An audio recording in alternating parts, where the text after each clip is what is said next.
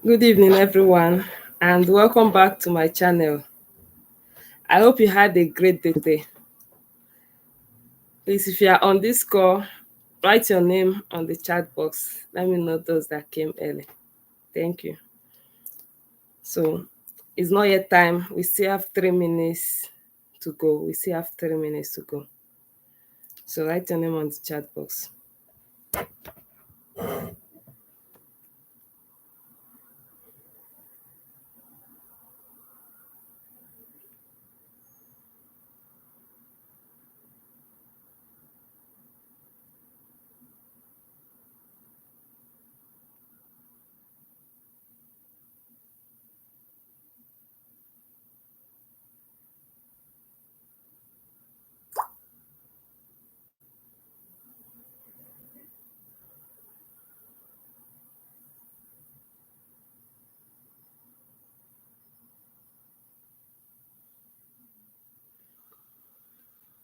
So, while we're waiting for 7 p.m. West Africa time, I'll just be asking a few questions. How many of you are interested in getting a scholarship this year, 2025? If you're watching this video, comment. Do you need to get a scholarship this year? If your answer is yes, then this session is for you. All you need to do is to watch from day 1 to day 5. Today is day 4, so we still have the final session tomorrow. So anytime you come across this video and you know you are passionate about getting a scholarship this year, don't fail to watch from the beginning of this bootcamp to the end, from day 1 to day 5, because you are going to learn the reason why your scholarship applications are being rejected. You will see the things you are not doing well and how you are going to do it rightly to be able to get a scholarship. That is what you are going to learn from this session. So on Monday, we talked about the various categories of scholarships that we have and where you can find them. I also compiled a list of all the scholarships, which I told everyone you can get it for $5 USD. There is a merit-based scholarship, like the likes of Gates Cambridge Scholarship. Those merit-based scholarships are those that have high GPA are the ones that get it. Aside from the merit-based scholarship, there is the government scholarship, like the Chevening, the Commonwealth. Those are the government scholarships. There is a need-based scholarship, like the MasterCard Foundation, for people that maybe come from a particular region, like Africans and people that come from a poor background. Those are the need-based scholarships. Then some school scholarships, the ones that university give. So the school scholarships, you have several types. The ones that you can get the scholarship based on maybe hardship or based on academic excellence. Depends on how the school position it. There is a research-based scholarship, like the Australia Award Scholarship and the PhD scholarship. Those are research-based scholarships. Then we also have the just go through the first session. You see all the different categories of scholarships that we have. When you go through the first session, then you can see how to check for your eligibility, whether this is for you or not. Then the next thing, you will see how to apply for these scholarships to make sure that you submit the best application and what you are supposed to avoid. What are you supposed to avoid? So these are the things you will learn from this session. For day 2, we talked about how to write your personal statement and the motivation letter with examples on how to craft them, how to create a hook using the storytelling approach and using the STAR method as well. Day 3, we differentiated between statement of purpose, personal statement, and motivation letter. So we differentiated between these three things. What are the tones we are going to use to write each of them, and when are we supposed to use them? Depends on what the school asks for. Most of the time, statement of purpose is used for the main admission, while your personal statement most of the time is used for the scholarship application. So don't forget to follow up all the sessions so you can get the most out of it. You know exactly how to craft each of these documents. So for today, we are talking about academic CV. And this session is very important because a lot of people, they don't know there is a difference between academic CV and work CV.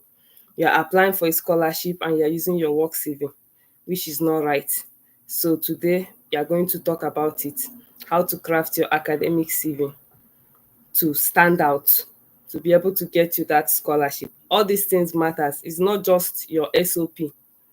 Your CV matters. If it does not matter, they won't ask you for your CV. If your CV does not matter, nobody will ask you for your CV. So let's just wait for 2 minutes before I start the class proper. Let's wait for 2 minutes so that a few other people can join the call as well. Thank you. So if you're on this call already, you can write your name on the chat box.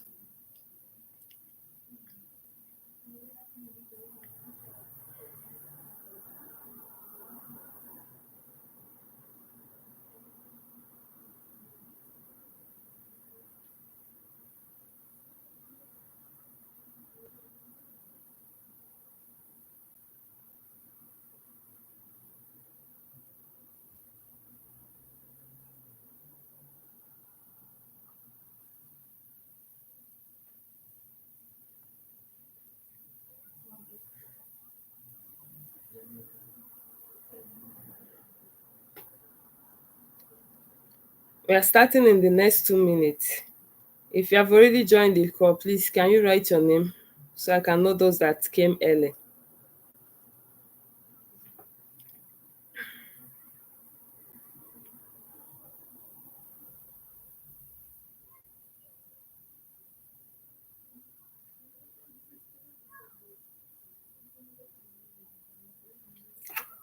Please write your name on the chat box. We are starting in the next 1 minute.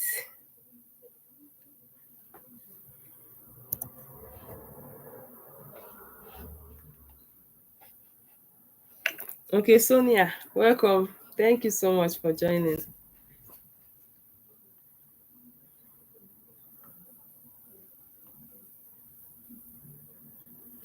So the first three people, please, can I see your names? I'm just seeing only Sonia's name.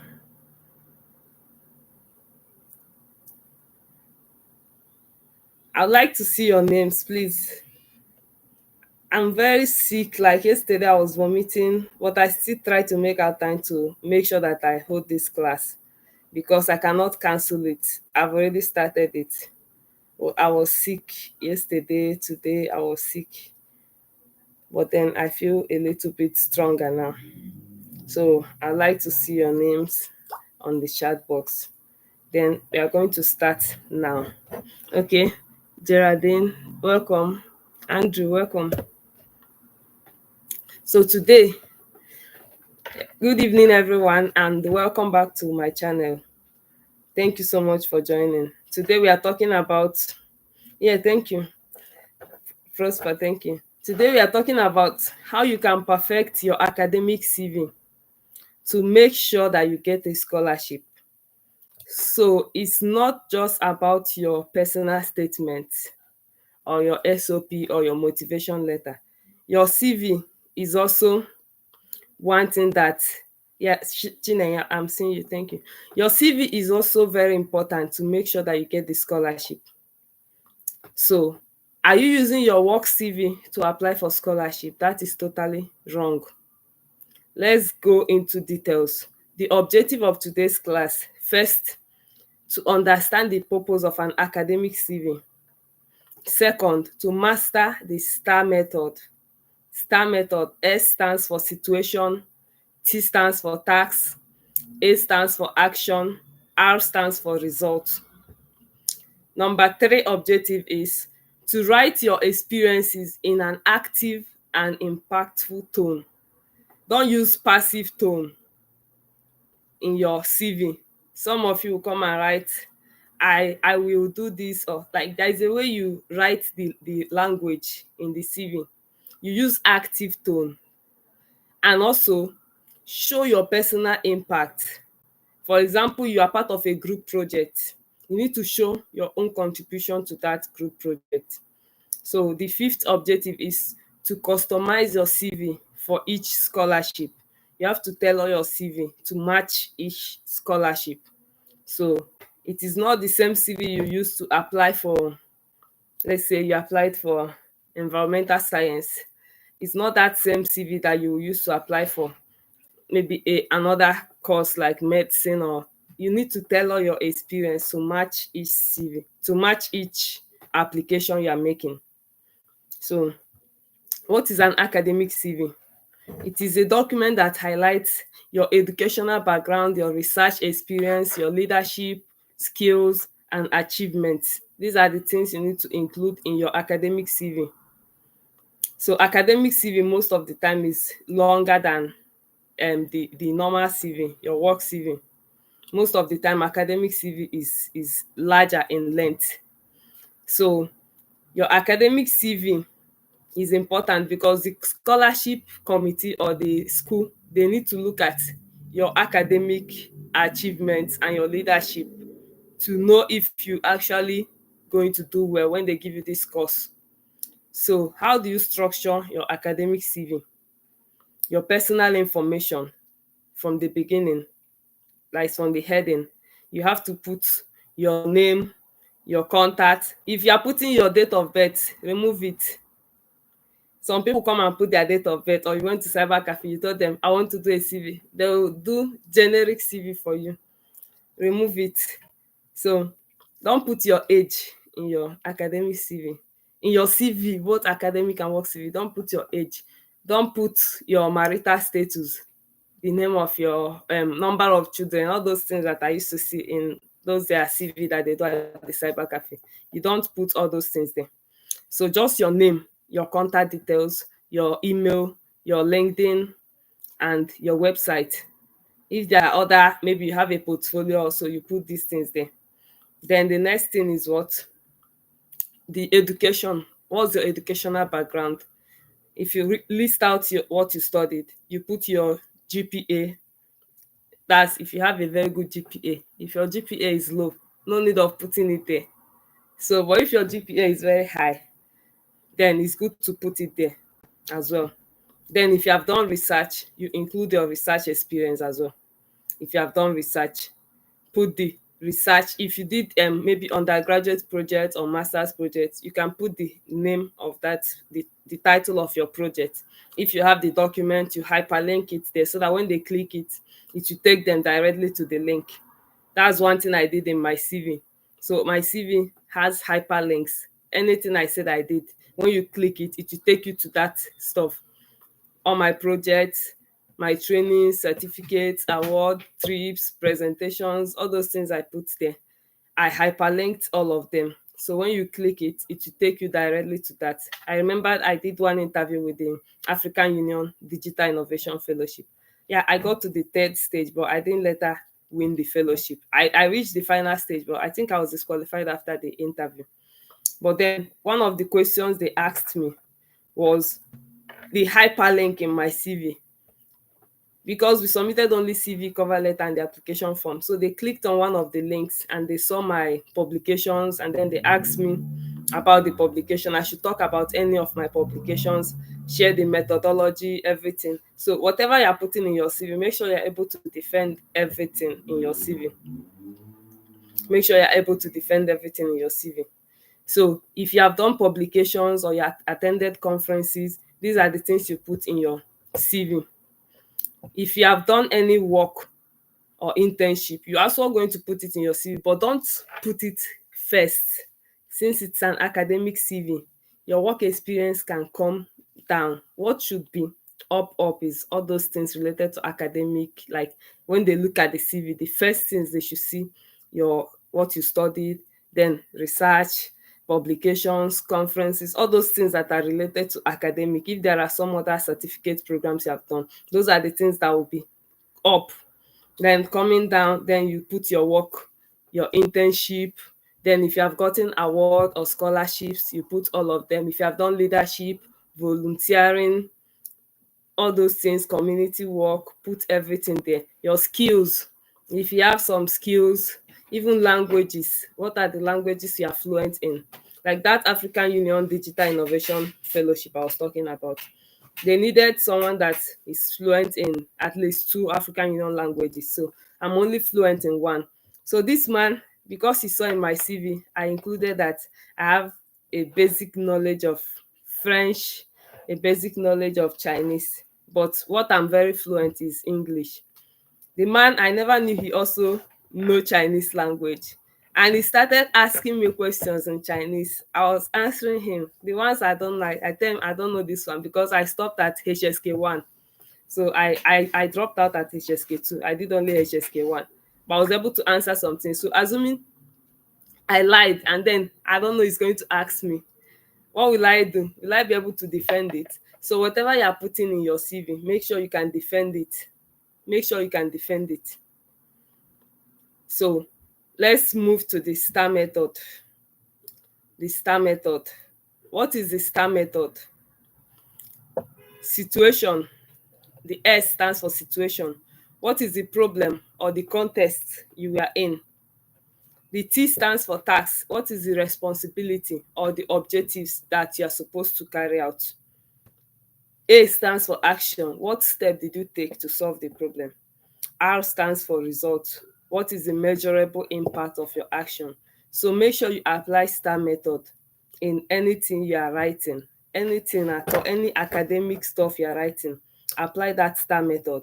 It's very important. It shows that you understood the problem, you understood what they are supposed to do. It's show your problem solving skill in a nutshell. So, and also it makes meaning, because you cannot just come and tell me that I trained students in making sanitary pad. You just wrote it there. Why did you train them in making sanitary pad? Did they tell you they need sanitary pad? So in such kind of situation, you have to start with the problem. 500 million women lack access to basic menstrual hygiene products according to the World Bank. Then you move to the objective. What is the objective? For example, in the school where you are, women, I'm using sanitary pad, please pardon me, because that's what I am doing. So that's why I'm using it as example. Almost every time I'm giving the example, I use the sanitary pad because that's my own field. So what's the objective now? Now what these women now in the place you're working, the girls, they also face such issues, maybe skipping school during the menstruation period. They skip school. Those that have work, maybe they skip work because they cannot get sanitary pads. Some of them use tissue paper, handkerchiefs, stockings, unhygienic things. And then, yeah, if you have done survey, you can include it there. If you have done survey, you can include it. So I'm just giving an example.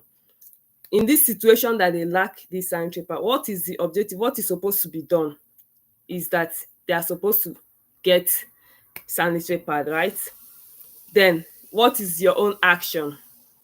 I'll now say, after I noticed the problem, and then I took action by organizing a training to teach. Put the number of students there. If you taught 50, put 50. Don't say I taught students.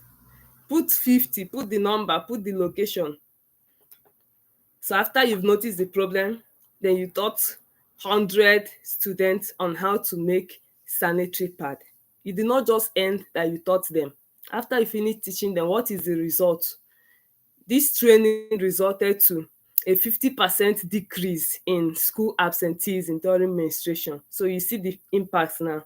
Because they used to skip school when they're menstruating, now your project have helped them to stop skipping school during menstruation by at least 50%. So that is the STAR method we are talking about. When you are narrating your work experience or your academic experience or anything you are putting in your CV, apply this STAR method in all of them. It shows you are capable of identifying problem, you're capable of solving problem. It shows your strength, and it also makes your CV to stand out from others. Don't use what other people are writing, and don't forget to always put numbers. Numbers is important. It makes your work to be credible. Whatever you write, it makes it to be credible. Do you get it? Let me give another example of the star method again. For example, I'm a research assistant on a particular climate resilient project. I wrote it that I'm a research assistant. So. Now, how do I narrate my tasks in this role? I'll start by climate change threatening Africa, local water supply, maybe in South Africa, whatever. You put the statistics. Where did you get the information from? To investigate sustainable water management system, I conducted 20 field studies to analyze 5 years of climate data, blah, blah, blah, blah, blah. And the result of this work was published in so journal. You put it. This is a good method of star approach.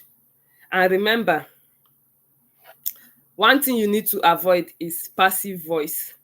Passive voice. Don't say, I participated in research projects on climate change and wrote a report. That's a passive voice. Use the active voice. Like, let it show that, like, let it show action. Let it not be like a past tense. Let it be like in the present. If you say I participated in a, like it's past tense, but like use the active voice. Use the active voice when you're writing your experience in the CV. Use the active voice. Do you get it? Use the active voice. Both your leadership, everything you're writing on, use the active voice there. So what's the differences between academic CV and professional CV? The purpose of academic CV is for scholarship, research, fellowships, academia, anything that is related to academics. Those are the things that need you to submit academic CV. So you asked, what if you did participate long time ago? Should we still put it in the present tense? Yeah, you are going to use the active voice, like I said. After this call, go and read up about active and passive voice. Just make sure you apply it correctly.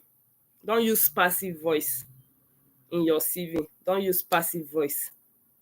Use active voice. So that's the difference. If you still want, after this call, you can get a copy of my own CV or other CV, but it's not free of charge because it took me years to get to this point. So the CV, I'm just giving it out at $5 only. So if you need it, I have 1-page CV, 2-page CV, 7-page CV, depending on even Europa's CV. Any of the CVs you want, I have it. And this CV has earned me so many scholarships, awards, more than 45 awards. I've gotten more than 45 awards. So if I say get the CV at $5, you know that I'm just giving it to you. I'm dashing you the CV because I'm not supposed to give it out. It's my personal belonging. I remembered one time I gave it out to someone. The person just removed only my names and replaced it.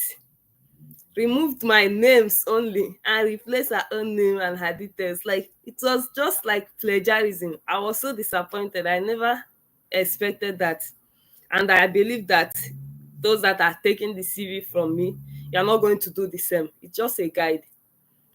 So you need American CV for Fulbright. Yeah, the normal CV, you can use it for all those schools in the US. I know I used it to get admission 2 years ago in the US. You can use it. Then the Europa CV is mainly because of the Erasmus. Though what I currently use now is the Europa CV.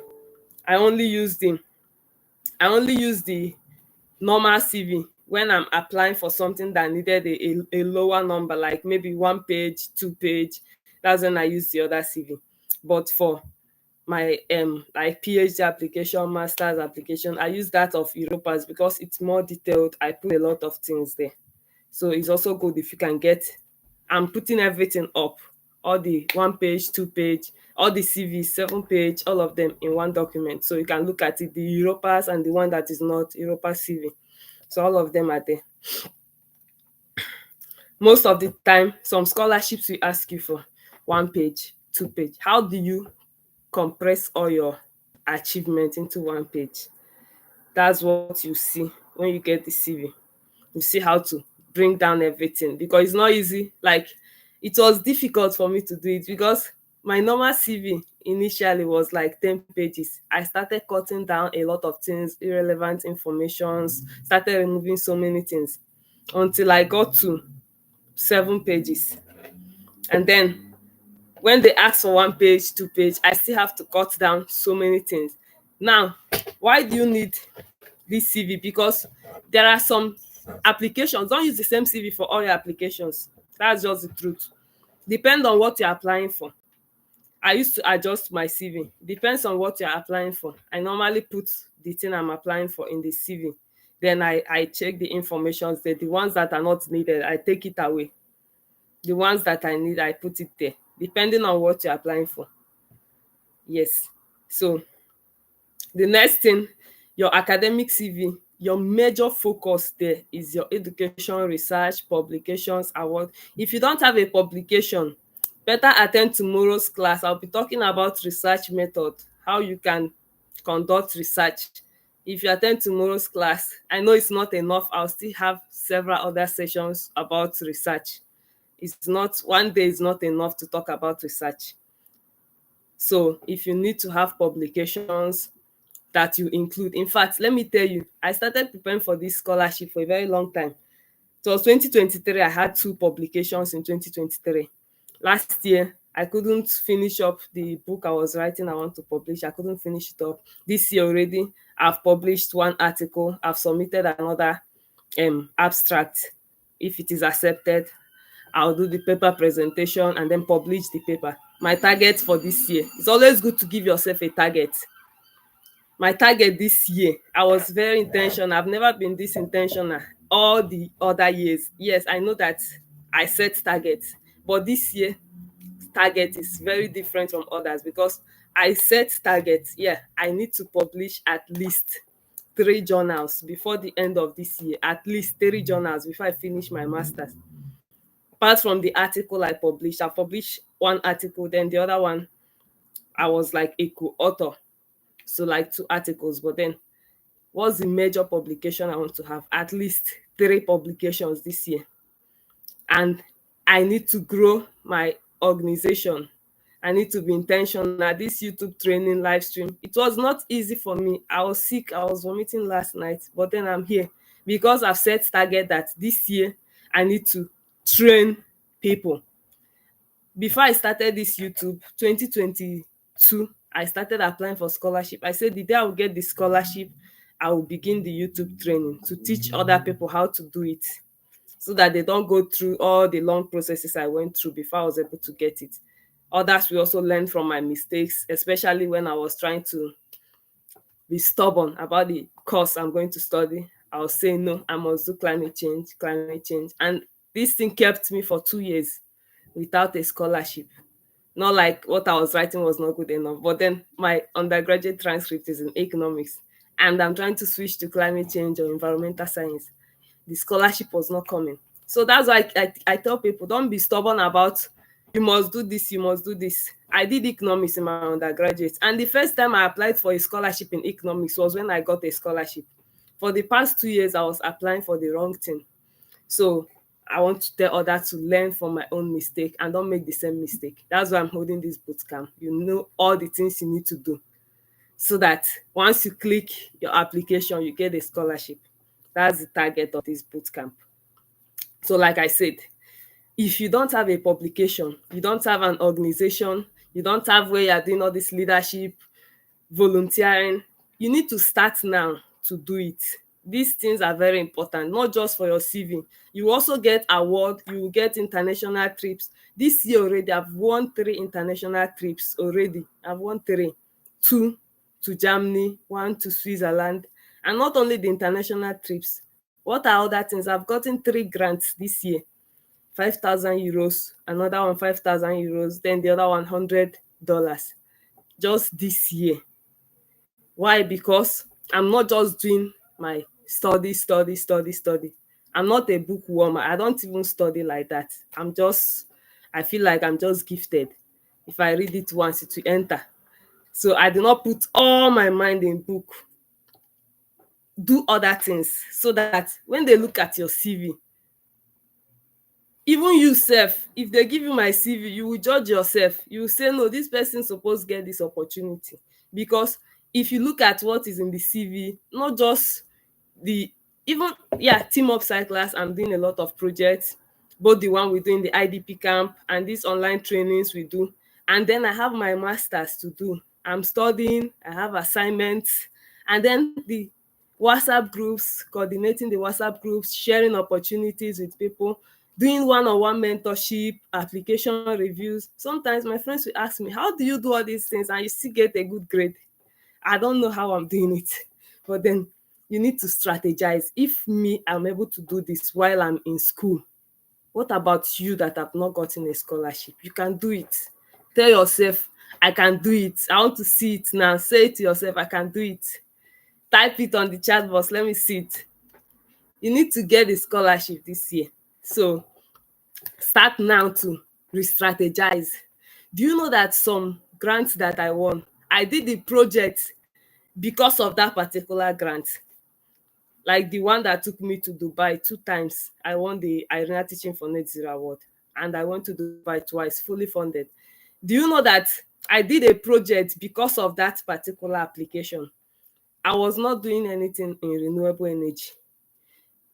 In fact, that Irina that I won was not the one I did the project for. I saw an application. What was the title? Commonwealth Sustainable Energy Session. In the guidelines, they say, go to a school or wherever, an academic institution, teach people about renewable energy, get the pictures, the videos, document everything and submit it. I saw that. I planned the project immediately. I used my money to do it. I called my friend. We went to the IDP camp. We gathered materials.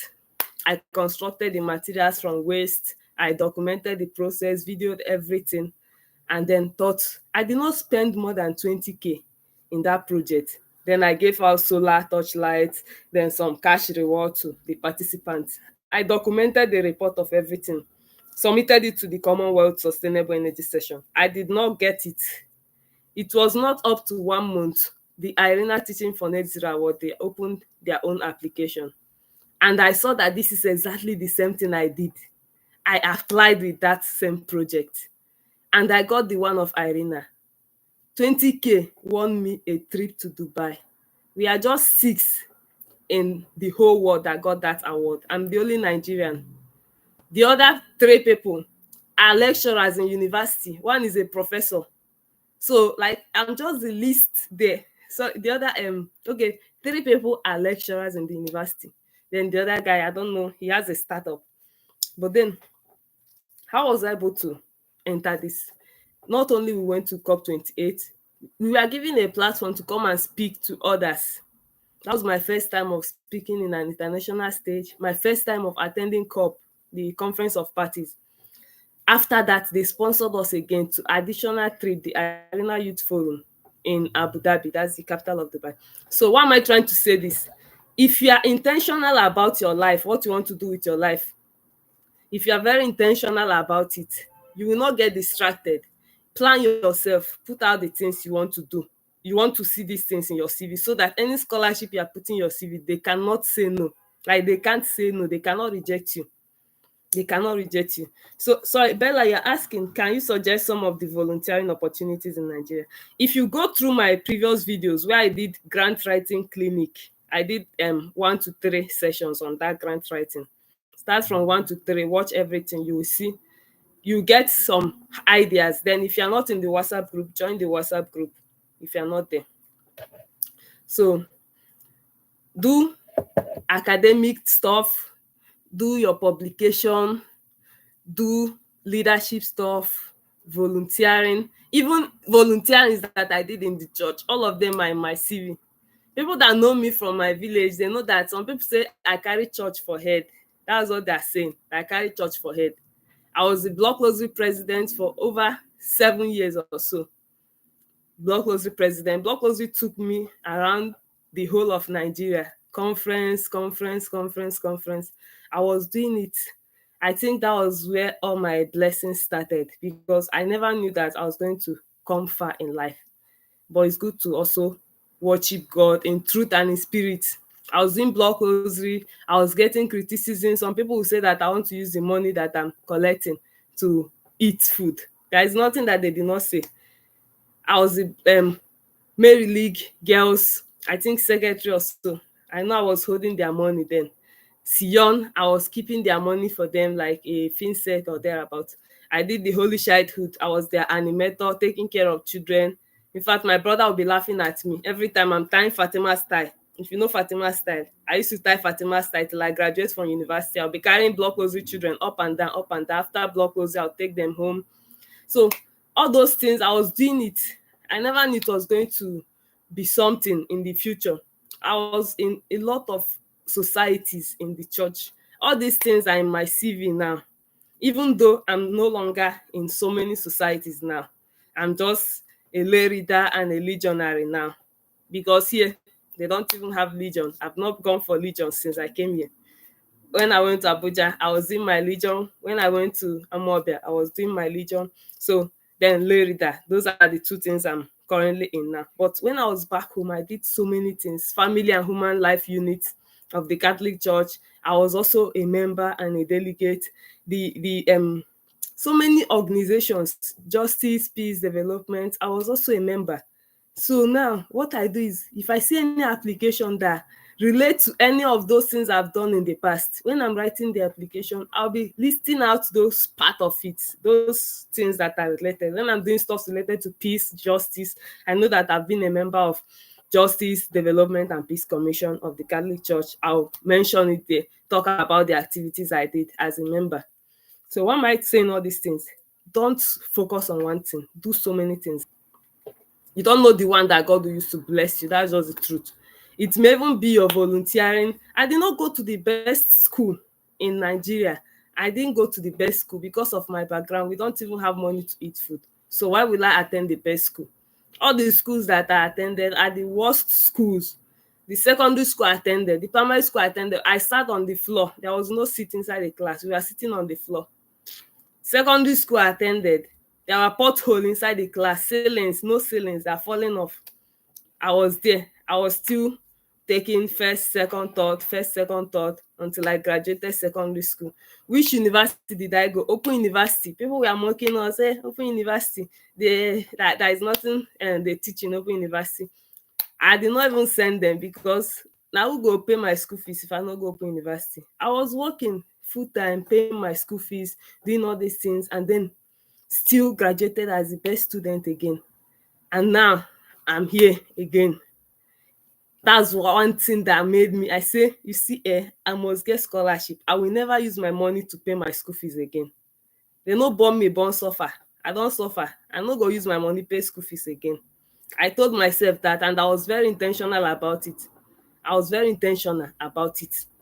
And I did not just come and get the scholarship. I started planning it for over 2 years, getting all the important things that I need, the publications, the volunteering, the leadership, the work experience. I didn't do the best job. What was the job I was able to get in Nigeria? I was teaching job. I was only a teacher in a private school. My highest salary was 60K. That was in Abuja. If you remove transportation, how much remain? I can't even chop food with the 60K. Na data I dey use am put. Wetin 60K go do? So it was all the other things that I was doing that paid off. The volunteering, the leadership, the organization, those are the things that paid off. I started getting grants, international trips, award because of the volunteering community development aspect of my work.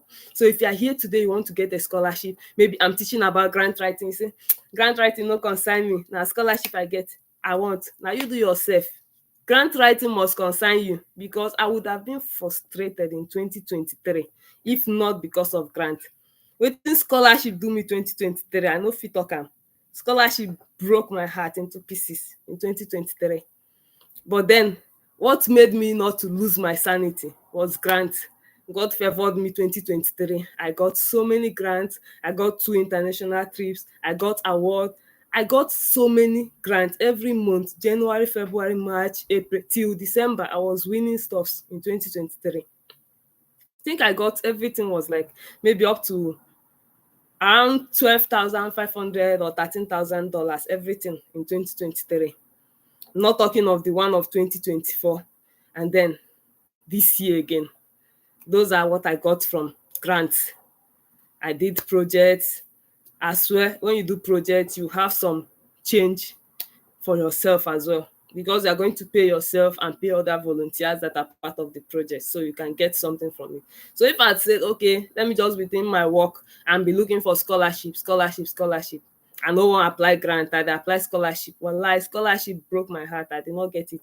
So if you're on this call, yes, you want to get scholarship this year, also start to do community development projects, so that as you're waiting for scholarship, you're getting money from this side, you're getting money from this side. Nigeria is very hard now. Nigeria is very hard now. Nigeria no smile now. You need other sources of income as you're waiting for scholarship. That's why I'm doing both the scholarship, the grant. And one good thing, these things will help you to add value to your CV. To add, like your CV will be, you stand out. There are some places you can enter with that your CV. Only your academic will not carry you go there. Those your leadership. It's not my academic that carry me go on all the travel I travel. It's the leadership and the volunteering that took me there. So make sure you have these things in your CV.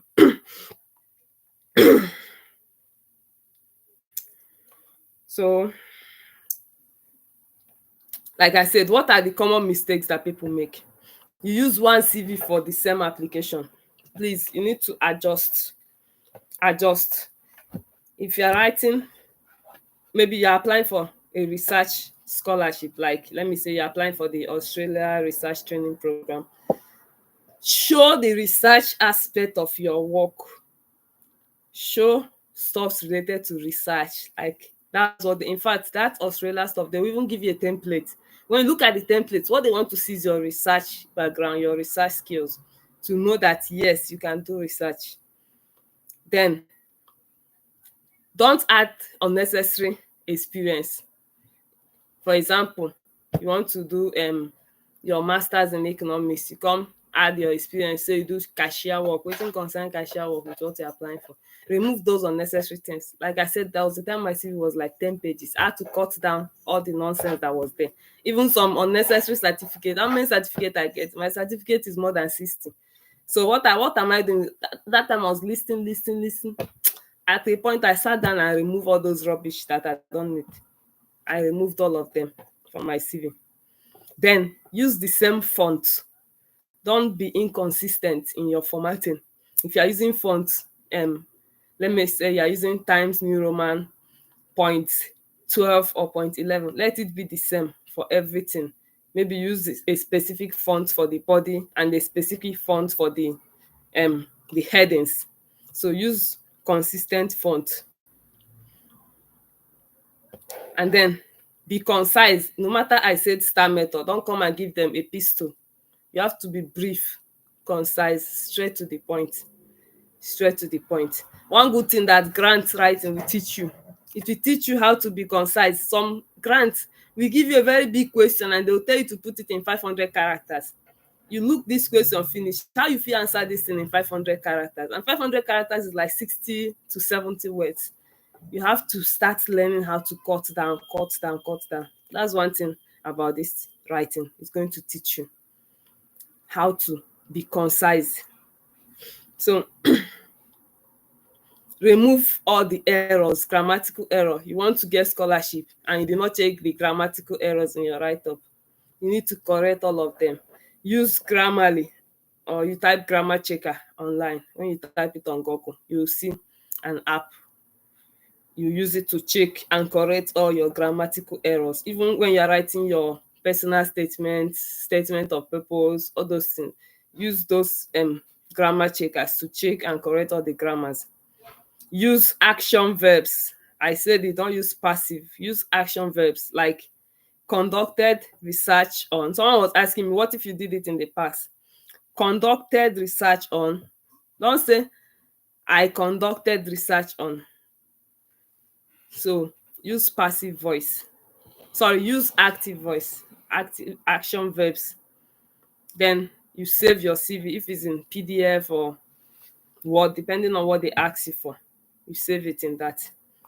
Then remember, if you are putting your, there's a way you format your CV to include the links to what you have done. For those of you that will be purchasing my own CV, when you click on any link, it will take you to the project. And one thing I do is any project I do, I write the report. Aloy, thank you so much for joining. So for any project I do, I write the report. So if I'm telling you that I went to 5 IDP camp, I trained 3,000 persons, blah, blah, blah, blah, blah. When you click the link, you will see the report, you will see the pictures, you will see the videos, you see everything there. So that's one way of being accountable and credibility, add credibility to your work. They'll see, oh yeah, this person actually did this thing. So if you have done some extracurricular activities, put it there. If there are some groups, associations where you belong to, put it there. It's very important. So I think that's all for today. If you have any question, comments, you can drop it on the chat box. If you're excited about this session, I want to see a beautiful emoji. In fact, put an emoji according to how you feel.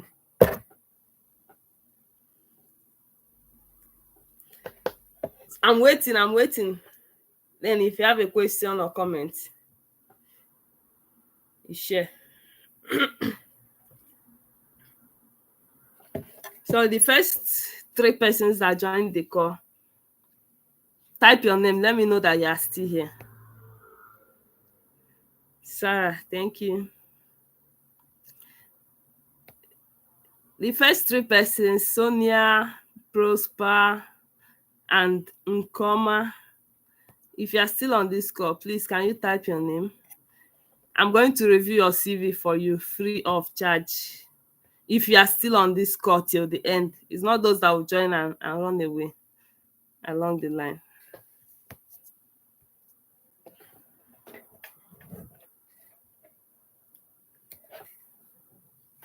Okay, Sonia, you're still here. Okay. I want to see, tell me, what did you learn from this session? This question time. Nobody wants to ask me questions, so let me ask a question. What did you learn from this session? Type it. And how many of you will be publishing your own journal before the end of this year? At least one publication. If you're going to do it, let me see your hand.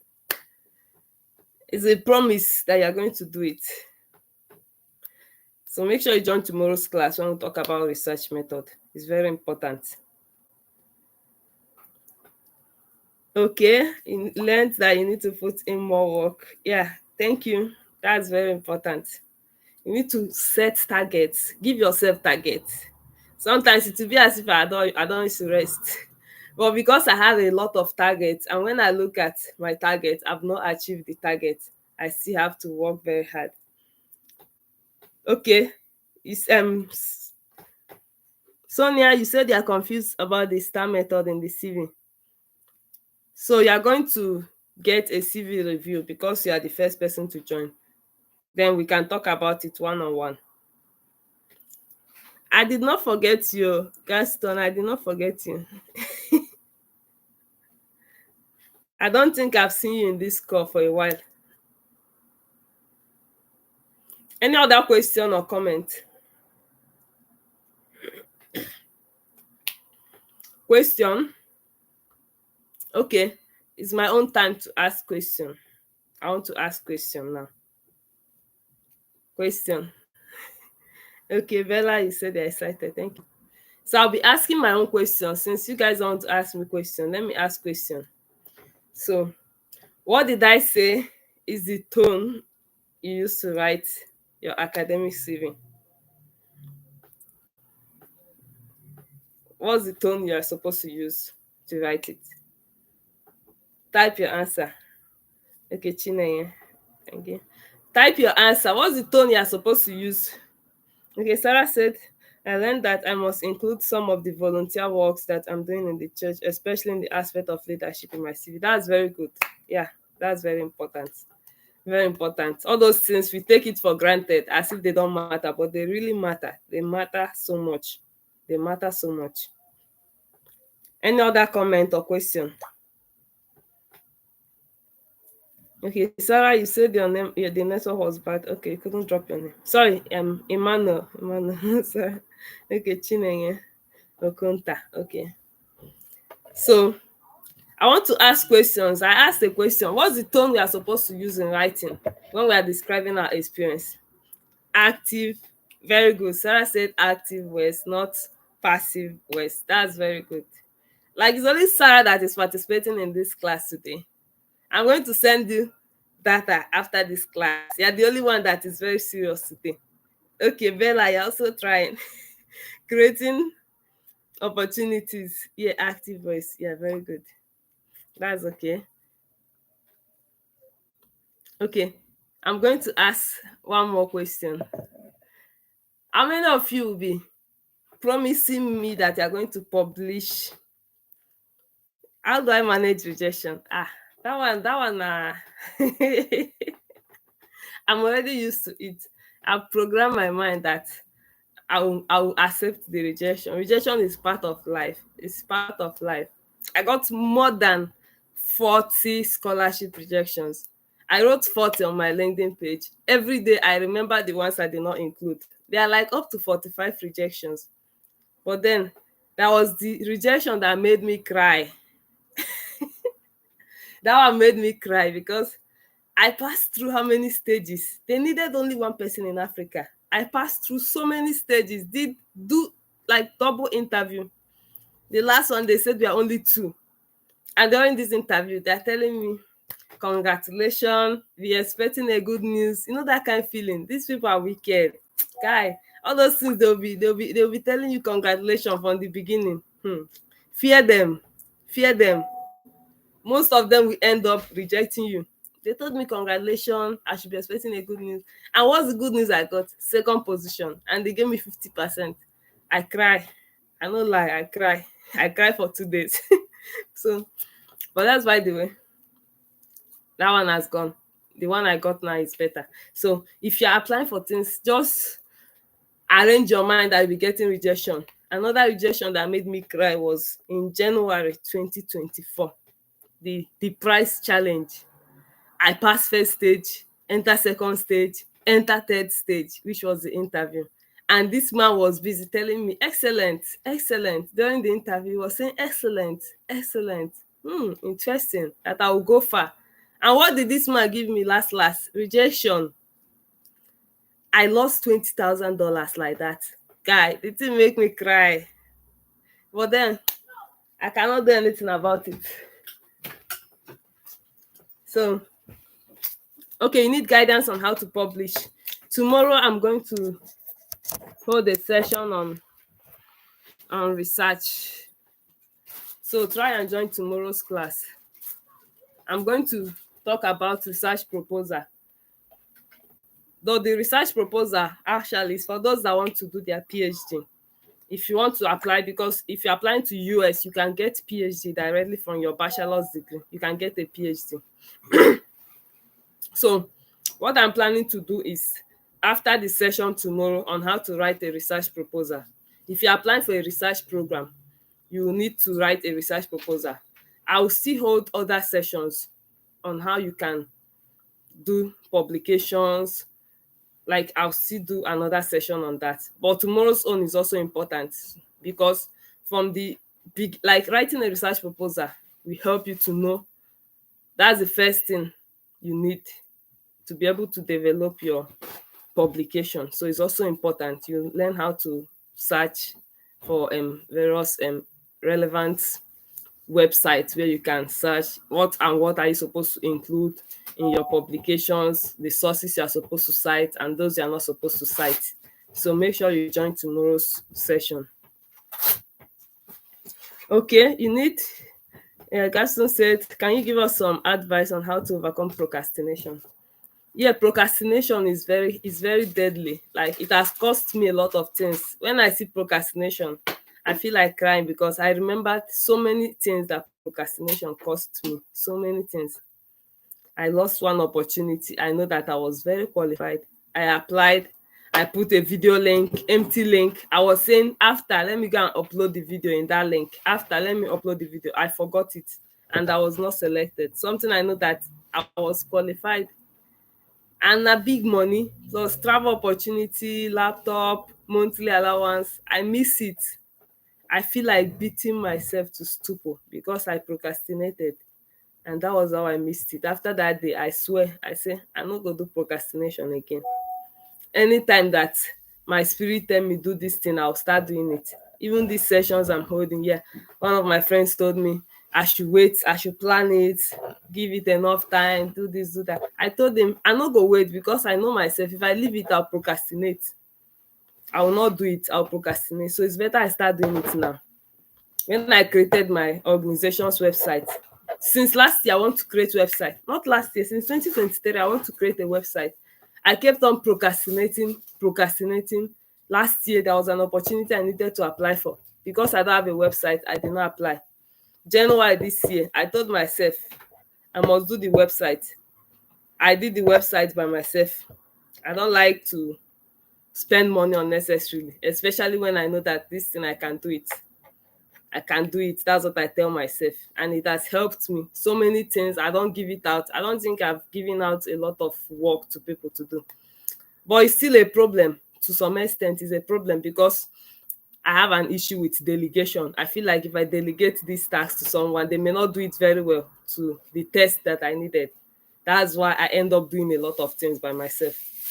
Which, if I delegate it, my workload will reduce. I'll have some rest. So that's also an issue I'm trying to overcome, to learn how to delegate tasks to other people. But still, I feel like they can't do it the way I want. They can't do it to a test that I want. That's another problem. So you need to be serious about you avoiding your procrastination. Be serious about it. Give yourself target and work towards that target. Give yourself target and work towards it. Do you understand? Any other question or comment?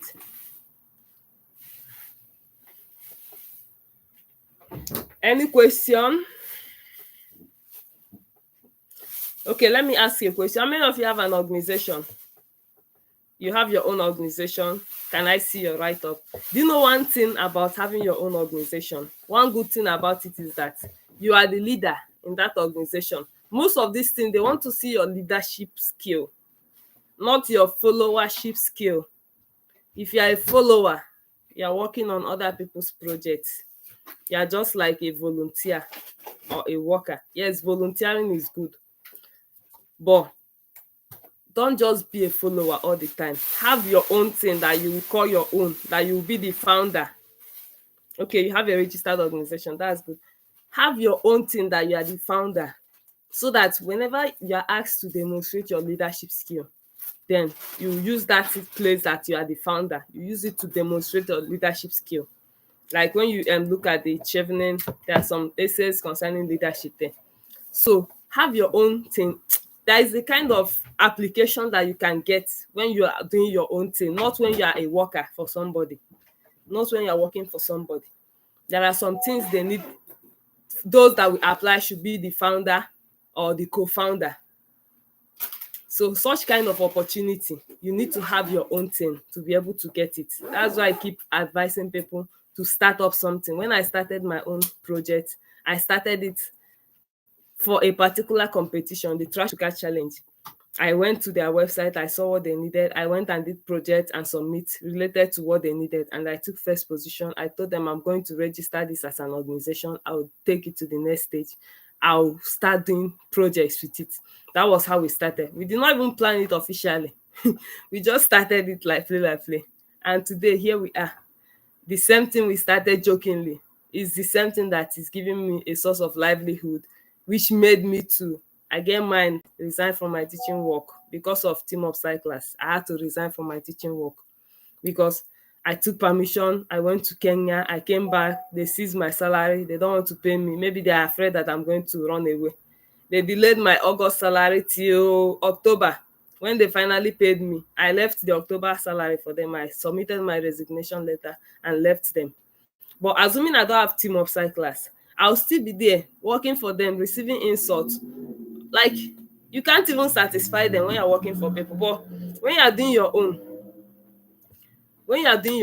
that's the best. You get to a certain level whereby you don't even need, you can start when you are working for somebody and be doing your own. Then at a point when you are stable, you resign and focus on what you are doing. So you say, have you used AI to write CV or statement of purpose before? You don't need to use AI to write CV. I think I've talked about AI several times. AI don't do the writing for you.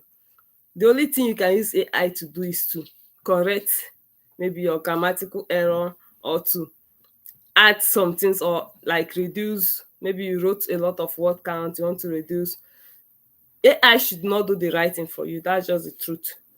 That is what we call prompt engineering. You have to train AI. Train AI to give you what you want. Don't just put a question. AI write personal statement for me. I want to apply for MS in economics. Write a personal statement for me. It will give you a generic response that it gives to everybody. So you are going to put in the write-up. You write everything you want in that particular application before you now put it there. Maybe you want it to enhance it or to restructure it very well. Lest I forget, if you have not subscribed, please just go now and click the subscribe button. Also turn on your notification. If you have not watched the previous videos we did on grant writing, I talked about it, especially how you can start your own organization. I described the process I went through before I started my own in the first grant writing clinic. So try and watch everything. I talked about how to develop proposal, budget, everything.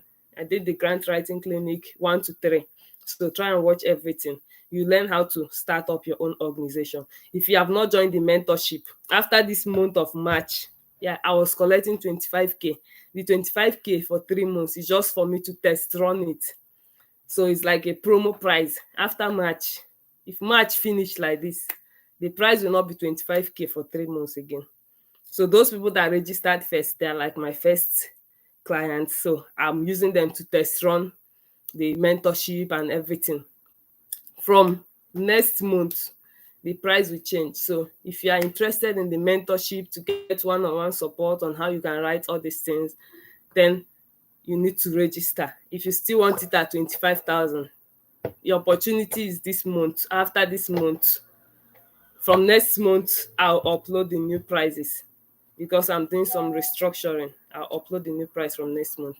If you have not gotten your own copy of the scholarship book that I wrote, I listed out all the scholarships, the different categories: merit-based, government, need-based, research, university scholarship, field-based scholarship, all the categories of scholarship, and the links where you can find them and how to apply for them, check your eligibility, everything. 17 pages of book. I'm giving it out at a giveaway rate for $5.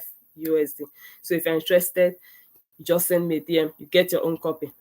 The personal statements, I've compiled all my personal statements that I've used to win both scholarship, fellowships, and other ones I got to interview stage. I compile everything. That one is also for $5.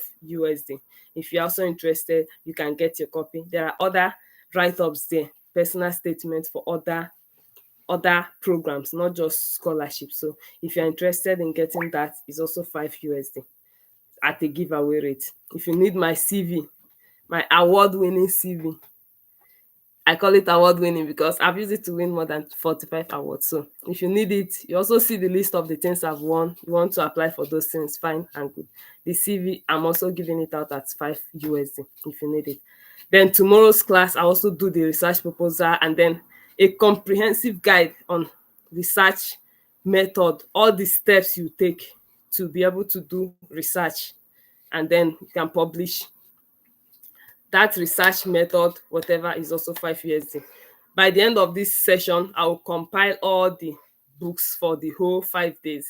and then that one will be for 20 USD. So if you want to get each day copy, it's 555. 5 times 5 is 25 USD. But if you are getting all the compilation in one book, then that one will be 20 USD. Someone that asks, you want to register for the mentorship? Yeah, I can give you our account details. You send $25 if you are registering from outside Nigeria, $25 if you're in Nigeria, 25,000 naira if you're in Nigeria. If you are not in the WhatsApp group, make sure you join the WhatsApp group. If you have not subscribed to our Telegram channel, subscribe today. If you have not followed us on Instagram, follow us today. Check my LinkedIn profile. You can go to our website, look at what we have done, the project we have done, everything we have done. So thank you so much for joining.